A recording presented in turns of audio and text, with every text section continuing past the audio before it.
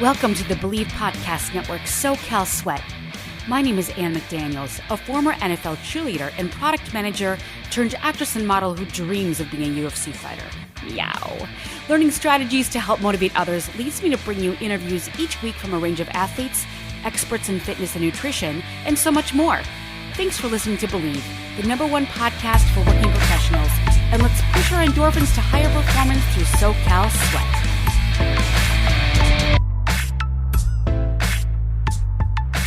This is your host, Anne McDaniels, and thank you so much for joining me on another episode of SoCal Sweat. I can't wait to welcome you to the world of Bleav Robertson, whose fitness is a lifestyle. She is a wrestling coach, she's a diva, she's got a wonderful personality, a fitness program, and a nutrition program. She's out of Glen Heights, Texas, and her fitness business is called Defied Fit. Denified, if you will. She coaches wrestlers, she was a top wrestler in high school, and she pushes her female clients to the limits. With a mixture of strength and skill, she's been able to beat up the boys, she can pick them up, she can throw them around, and she teaches other women to do the same in their own lives, but more so for female empowerment. But she's in fantastic shape. Her name is Bleav Robertson of Defied Fit, and that's spelled DPHYDFIT. At the end of the podcast and in the podcast notes, I will be putting a lot of books about wrestling, a lot of wrestling equipment, and just ways to get in shape. And here she is, Miss Bleav Robertson of Defied Fit. Well, hello, Bleav. So nice to meet you. Nice to meet you as well. Oh, I love your Defied Fitness. How did you come up with that name? Okay, so I personally didn't come up with the name. My wrestling coach, which was the offense coordinator for the high school football team, he gave me that. And it's because I like to be glammed up. You really don't find that often in females wrestling, especially in a rough contact sport. You don't see a lot of feminine in that sport.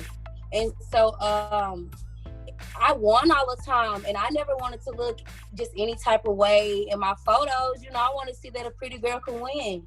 So I used to always try to go fix myself up after I take my helmet off, go make sure my hair is all done, and just overall make sure I look presentable.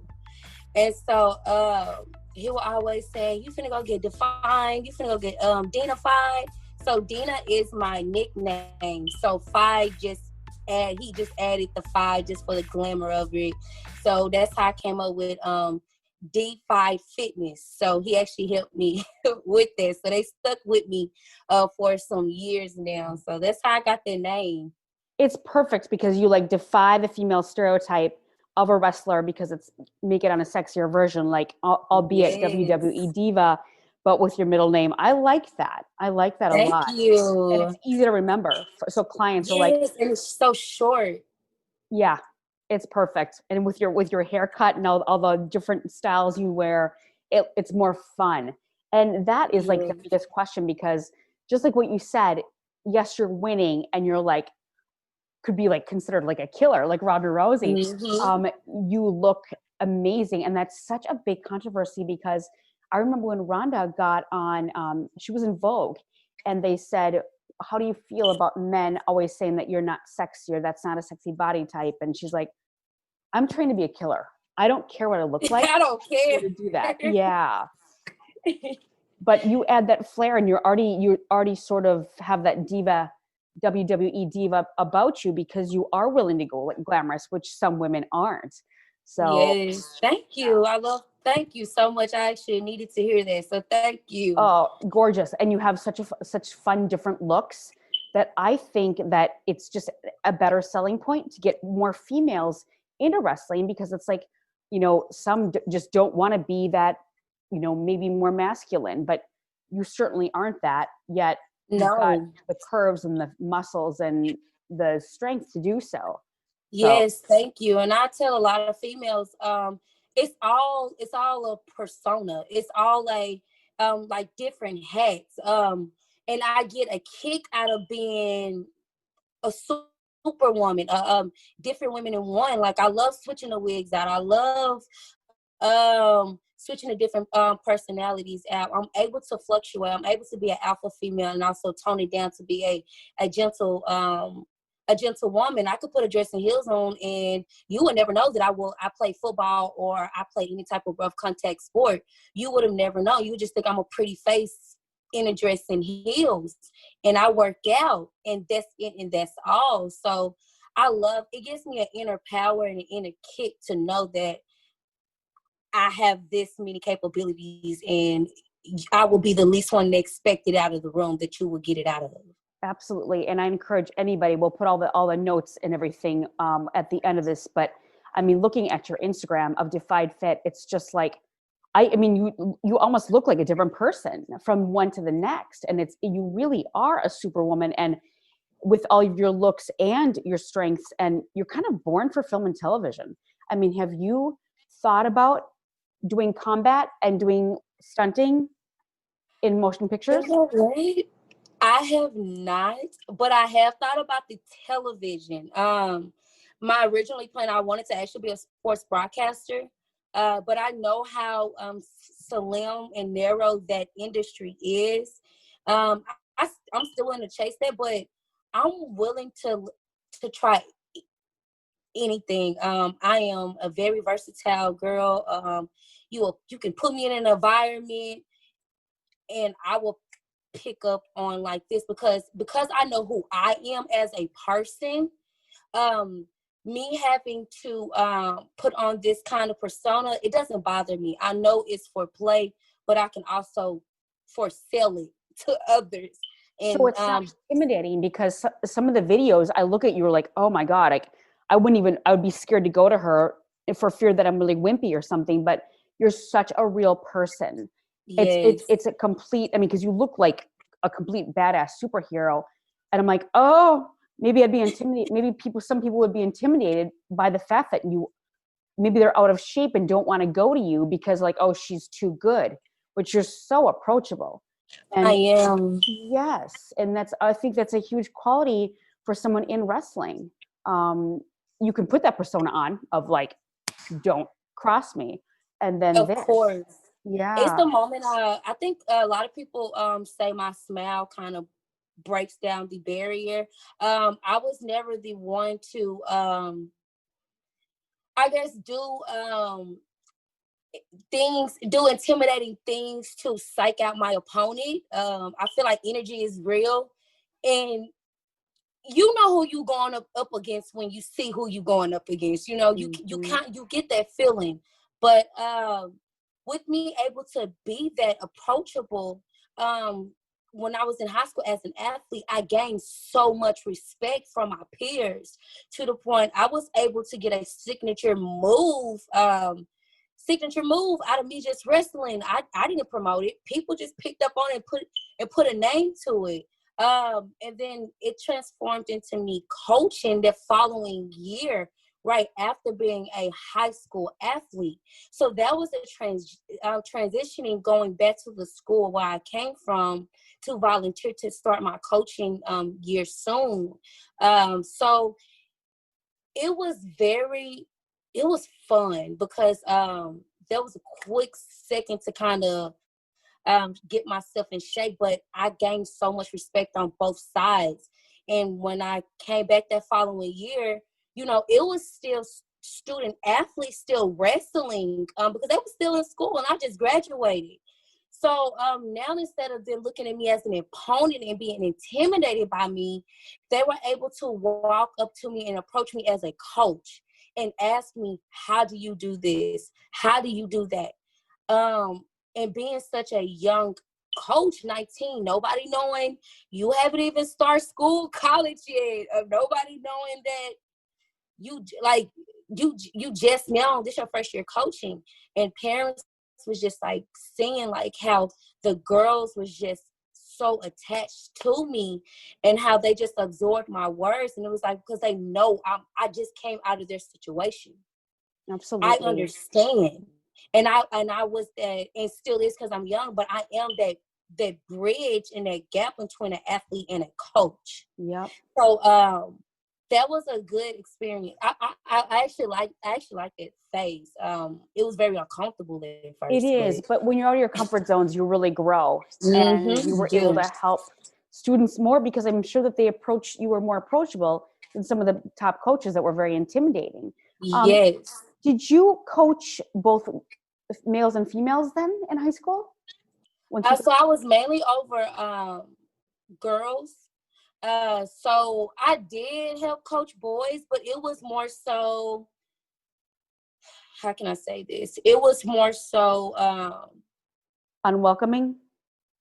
No, actually they welcomed me because in high school I beat up on the boys. Like, awesome. Because after I achieved the heavier weight in the force, like in the girls, I wanted some heavyweight. So I used to beat up on boys. So the football boys, to be exact, because their ego was bigger than a mat. Amen. That's hot as hell, girl. That is hot as hell. But yeah, I did help. They respected me. So honestly, it was more so them coming to me on advice versus me just shoving it down their throats. Yeah, amazing. Now, I'm very interested in the diet that you, then again, you're like 17, 18, 19. And what would the diet consist of during that time? And did you horrible nutrition? Really? Horrible. And it's due to the lack of education. In high school, I'm going to say with wrestling alone, it's based off your weight. And with high school girls, what coaches don't fail to realize is you're going through a hormonal change and your body is changing. You have other parts of your body that's going more rapidly. Then you have birth control playing into effect. So you're battling with that. And then when you're not educated with diet like how I was, I thought eating a meal once or twice a day was okay enough. But it was just so I can maintain weight. That was it. If it got down to Thursday or Wednesday and we weigh in Friday and I got to cut down 3 to 4 pounds, here I am taking laxatives and water pills. So it was very unhealthy, which actually I felt that it helped cause injuries. I'm sorry. Everybody's like calling me. I'm so sorry. No problem. It helped cause injuries due to, I'm going to say, for instance, taking a water pill. Oh my gosh. I'm sorry. Regina, if you need to get a client call, you take that. No, it's not even a client call. It's a family member call. Is it Black Gemini? They don't want nothing. No, not even him. He not calling. He's in the gym. But it was just like I was doing all these things to my body to get instant results just to get by, and I was straining. Myself. Yeah. You need water, you need fluid, and you need to be hydrated in a wrestling match because you are burning so much within 6 minutes. And I can't stress it enough how tiring it is to even fight full blown for 2 minutes straight. It is very windy, and it caused me to pull nerves, have nerve damages due to dehydration of taking the water pills. When you're taking laxatives, you are actually taking the nutrients out of the food you did eat, whether it was healthier or not. It's right out the toilet right before you perform. And so I was finding myself taking like an energy drink. I swear I felt like I almost had a heart attack on the mat. I was at state. And with me doing that, I actually end up having nerve damage in my right arm and had to actually finish that whole day out wrestling with one arm. Wow. So the lack of it, now that I'm more educated of it, I can see how tremendously it hurt me as an Yeah. athlete. And to meet my performance, it hurt me. You see kids stopping by the ice cream truck getting hot Cheetos right before the football game or right after practice. Like,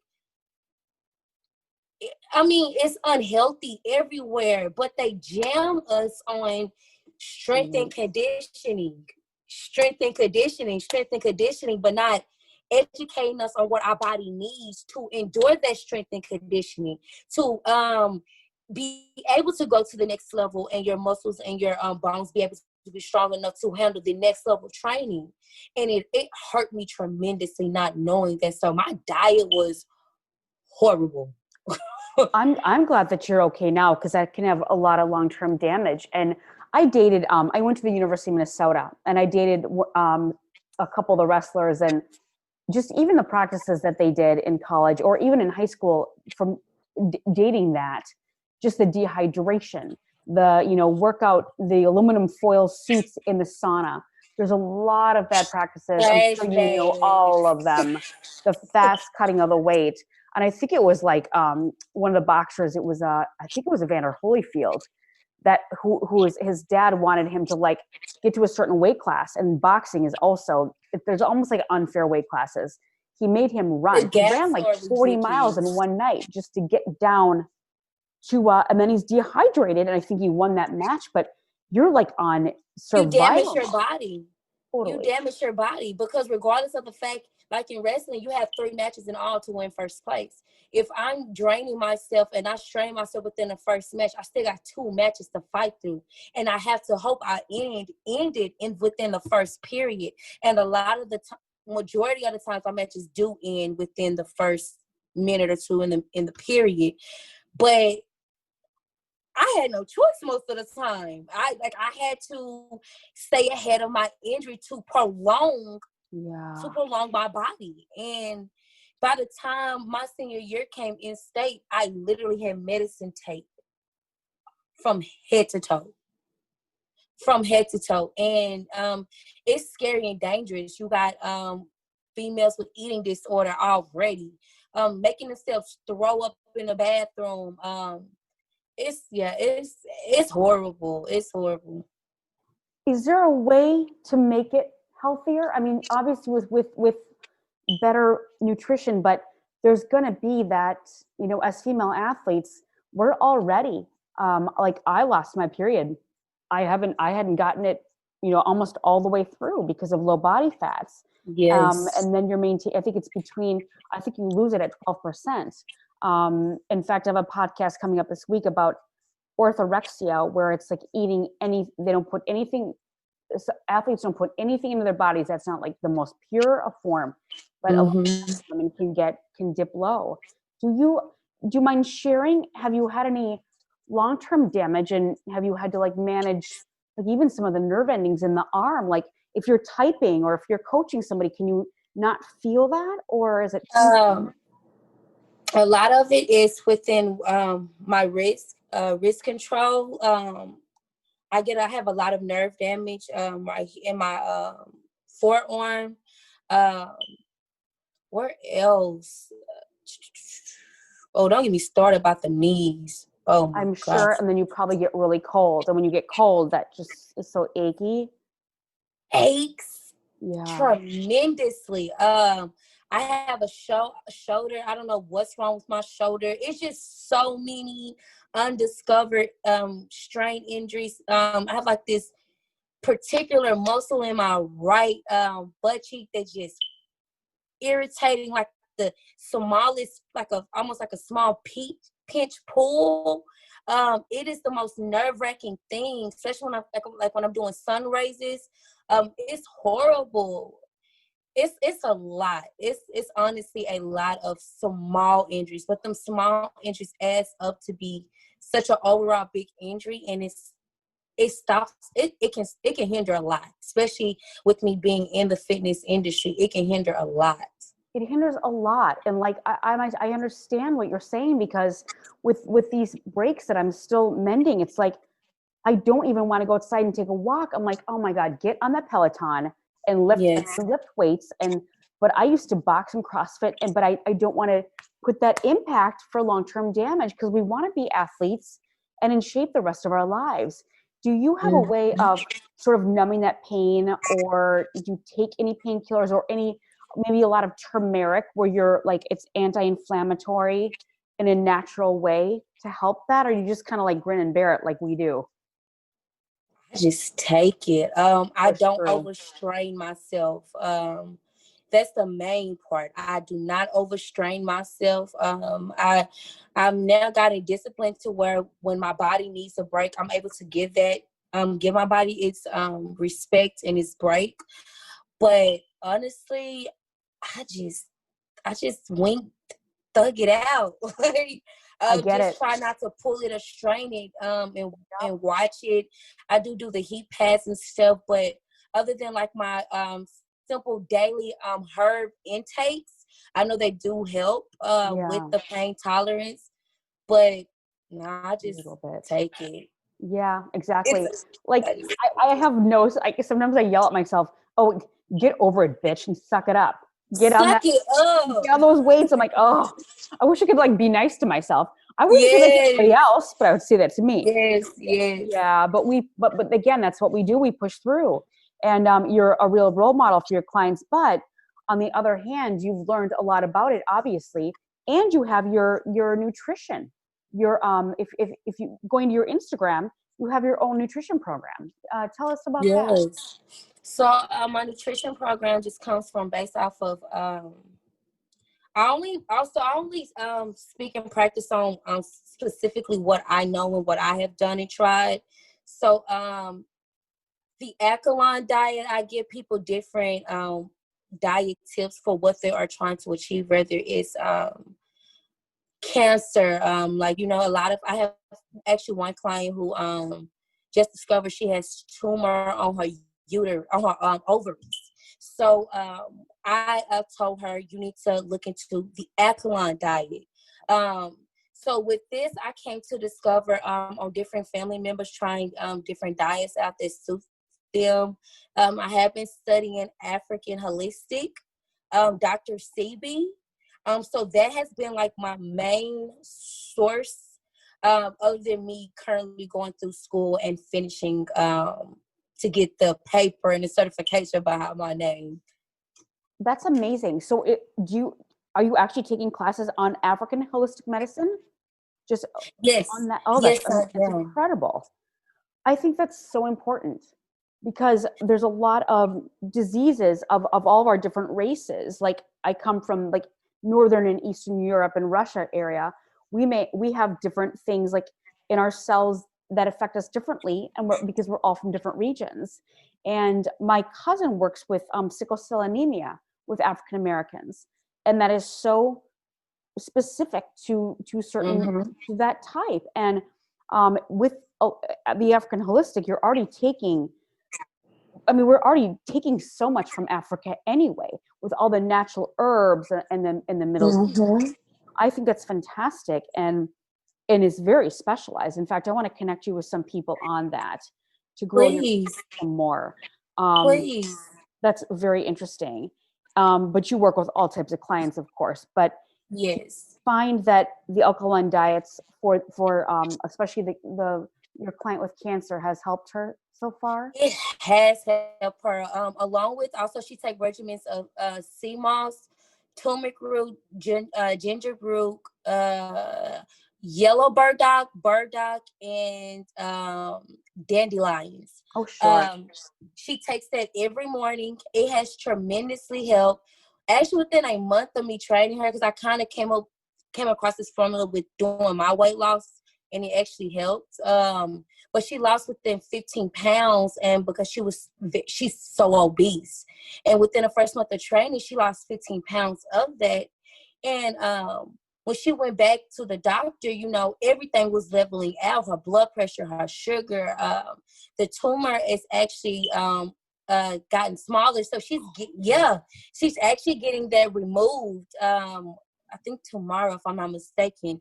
So it was a lot of benefit facts to it, but I honestly started on my grandmother. I actually used her as a guinea pig, because in elderly, you're able to see their medical problems more clear, especially if they have a lot of fluid on their bodies. You're able to see it spot on by their ankles. You can see if they got a lot of fluid around their heart. Did she have diabetes? Yes, it runs through our family. But when I started buying her alkaline water just alone, that helped regulate her blood sugar. And then when I started this past summer, I had my family on morning smoothies, and it pertained to sea moss, turmeric root, all of that in there, and it helped us fight COVID. We had an outbreak in the house from the 10-month-old all the way up to our 72-year-old grandmother. And so it helped a lot. It gave her natural energy. It helped with her joint pain. So I saw what it could help.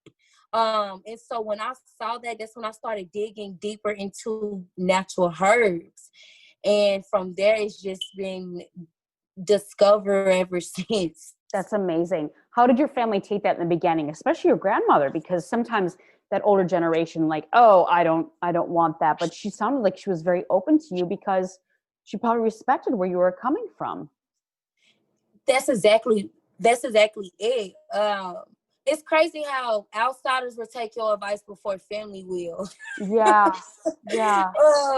But when I dropped all the weight, and it took for them to see a different image, and they were so used to me seeing me one way. Mm-hmm. And when I became this person who I am today, and they see how they are today, they seen the unbalance in the health. And you were walking the walk, talking the talk. You weren't just sitting there preaching. You looked the part. I was doing, and they seen how it was changing my body. And so from there, I didn't even have to force them. I would just have leftover smoothie, and they were like, "Can I have the rest? Can you make me some?" Wow. And so from there, it became a daily routine. Sure. On from there. Have they been able to maintain that? Like, are people still getting maybe fast food? Because it's so hard to change people completely. There's always that wonderful satiety of the taste of Jack in the Box or what have you. Have they maintained more of a healthy aspect? My mother has maintained that. You have to be very dedicated and want that lifestyle to have to wake up every morning and prep that. It do take about 15-20 minutes to prep that. People don't realize it's a lot of work. And expensive. It can be expensive. It really is. Mm-hmm. So far as the initiative, I know my mother just now really getting back on it. But I do not, me personally, they have not took on that full health lifestyle awareness. But they're trying. They're trying, most definitely. And I'm seeing the evolving of the way my mother grocery shops. And that right there is good enough for me, because when you change the way you grocery shop, you literally change the way the whole house eats. Absolutely. Now, where you are in Texas, are there really good grocery stores, or do you find that, because a lot of areas of Texas, a lot of the South, there are food deserts where there's only one area? Like, I live in LA.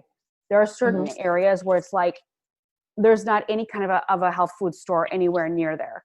And that's what's really hard. And then if people can't afford, like, to be in a car, it takes 25 miles to get to a normal place. I mean, California is pretty good about it.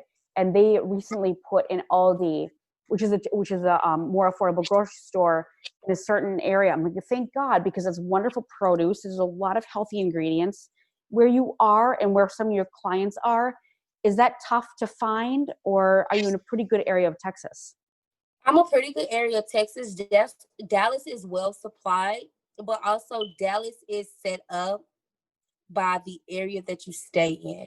So depending on the area that you stay in, you have a more healthier and beneficial store. So I Yeah. stay in downtown Dallas now, and you have Whole's Food.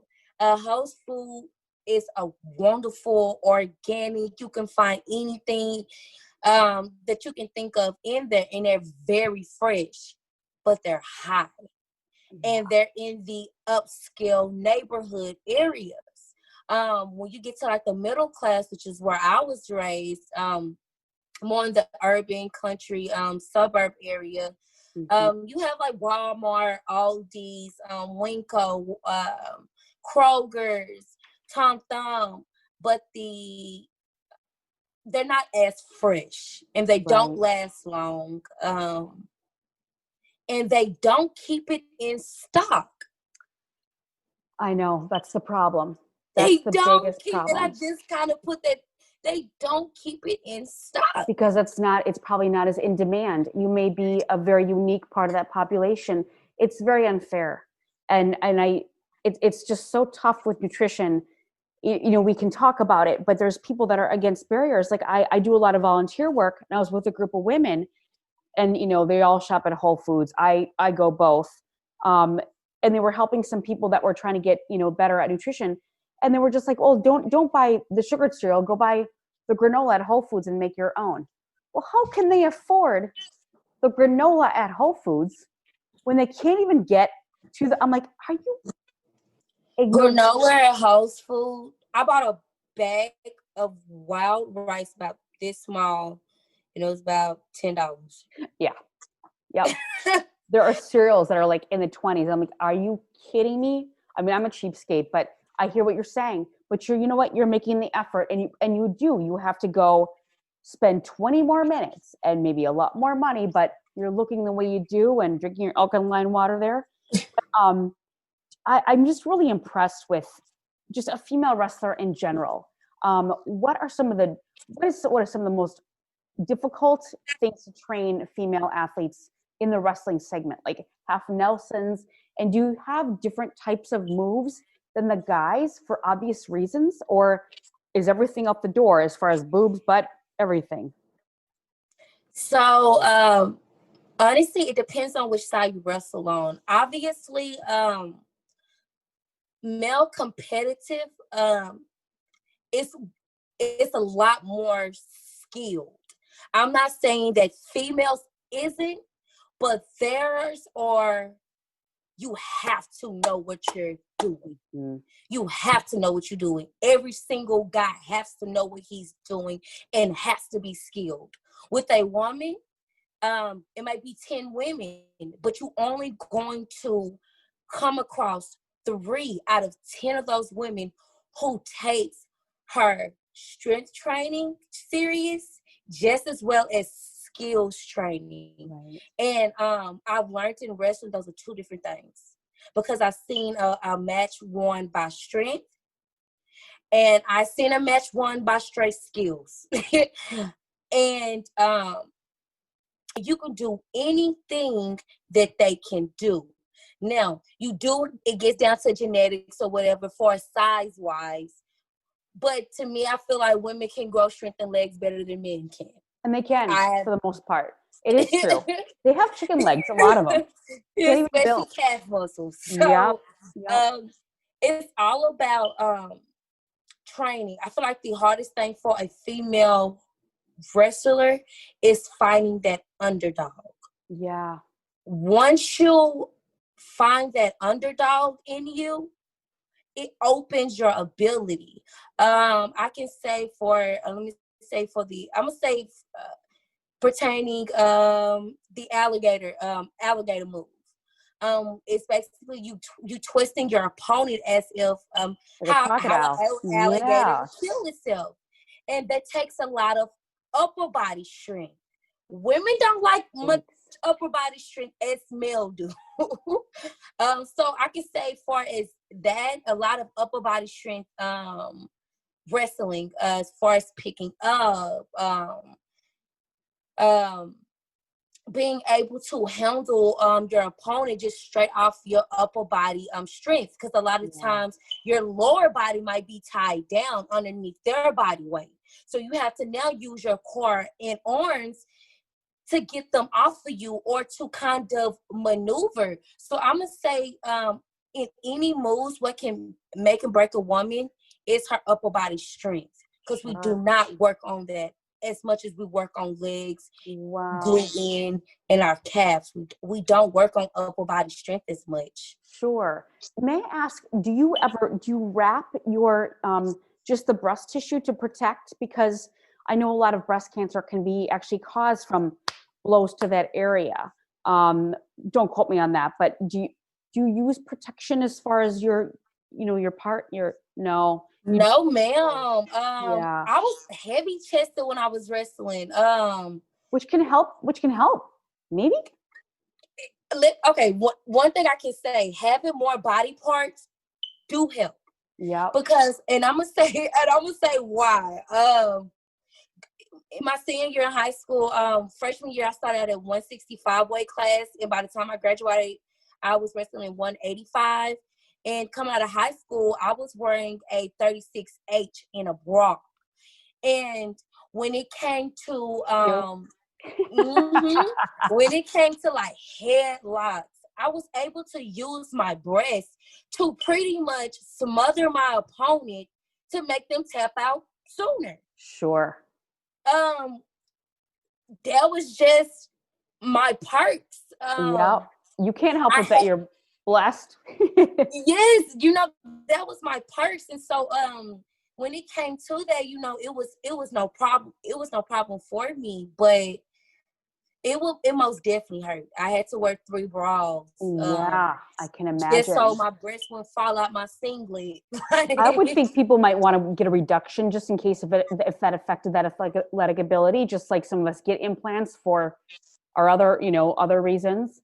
But yes, that's super impressive. I don't know how implants would go with breasts. I would be scared. Yeah, I can't imagine. It's more on the vanity sides of the sports, like maybe ice skating or things like that. But wow, I'm sure that your male opponents weren't upset by these things. Oh no. I have my advantages. They have their advantages. Yeah. Oh my gosh, that's amazing. Well, it sounded like you had a lot of respect from the guys, which I really love, especially when you went back into coaching for that. Now, yes. Going forward, are you interested in UFC MMA?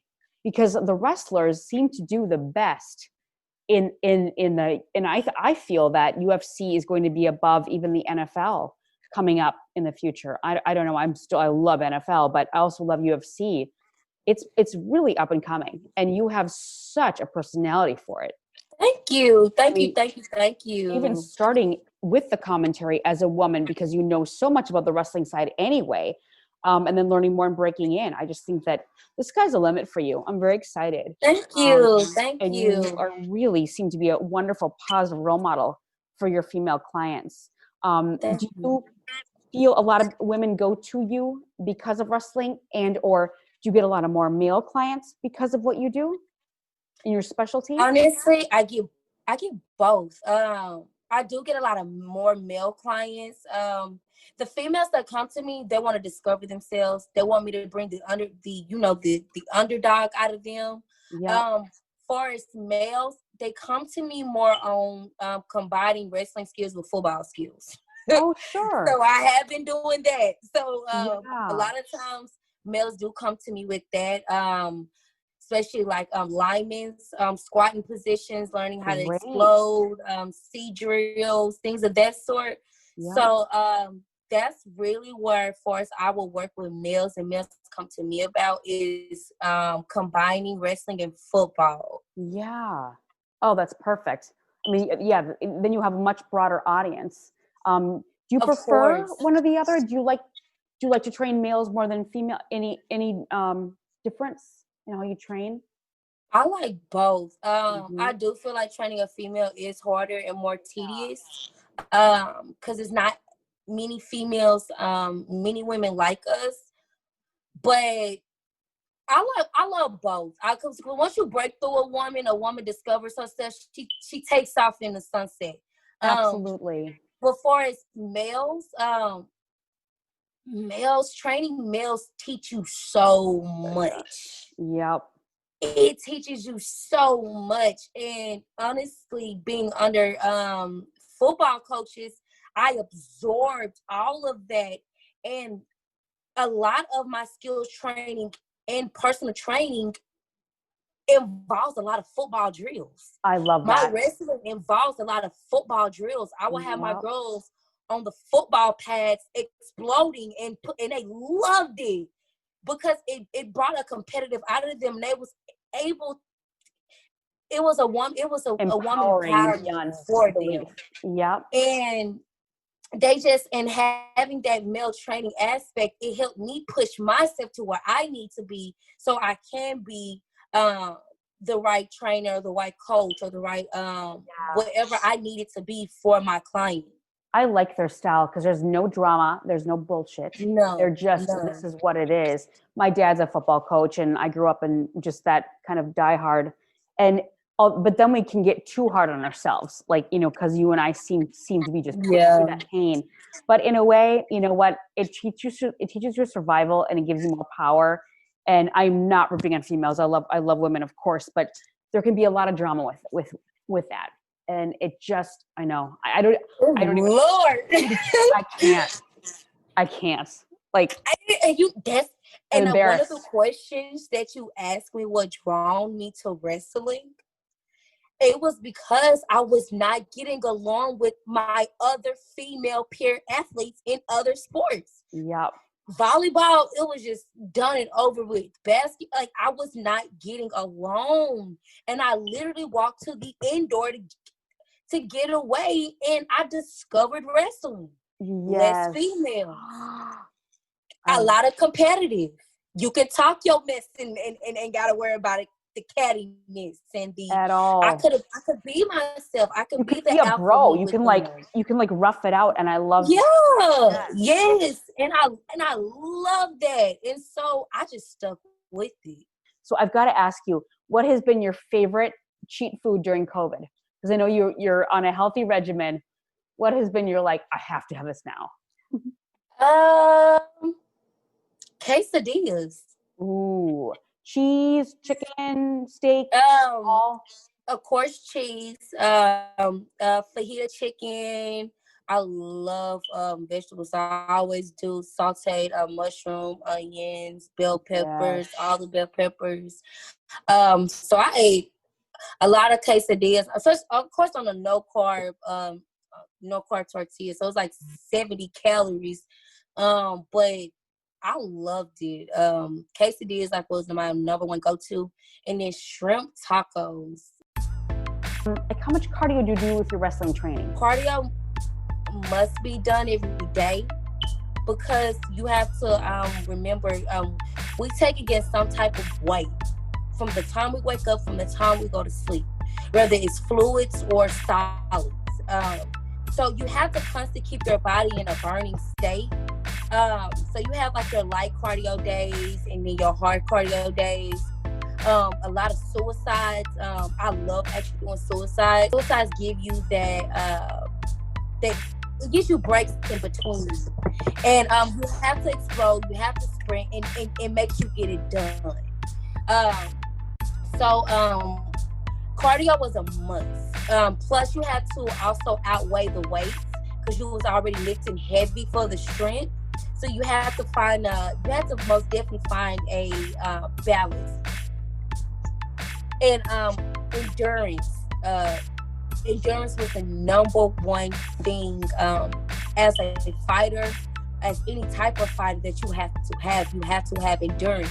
And a lot of running distance and sprints helps with endurance, keeping your heart rate up over 125, and working on being comfortable in that state of mind, and working on exercising oxygen, learning how to continue to critically think as an athlete while you're tired and your heart is pumping. So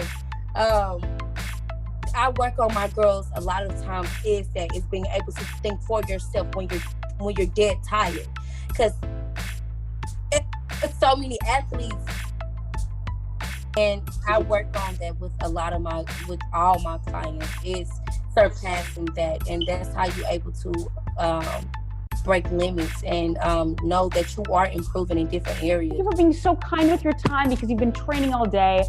I want you to put those beautiful feet up, and Black Gemini better be over there rubbing those, because that is such a hot couple. I love the power couple. You know what? And I be trying to get him to like take pictures. I said, baby, people can really feed off of our energy, like, cause he's such a goofball himself. And I'm like, baby, people can really like pick up off our energy, because he's into fitness. He actually drives me to I'm gonna say this, he's way more disciplined in eating pure clean than I am. So he pushes me to do that. So he meets the new becoming me. There's a lot you can pursue, and I think the sky's the limit now, especially with women and your empowerment. So I actually enjoyed this interview. Thank you so much for giving me this opportunity to talk about my upcoming. So I greatly appreciate it. And that was Miss Verdina Robertson of Denified Fitness, or Defied Fit. On Instagram, she is DPHYDFIT_. A female wrestler, a female wrestling coach, and a female empowerment trainer, although she trains the boys, and many of them run from her.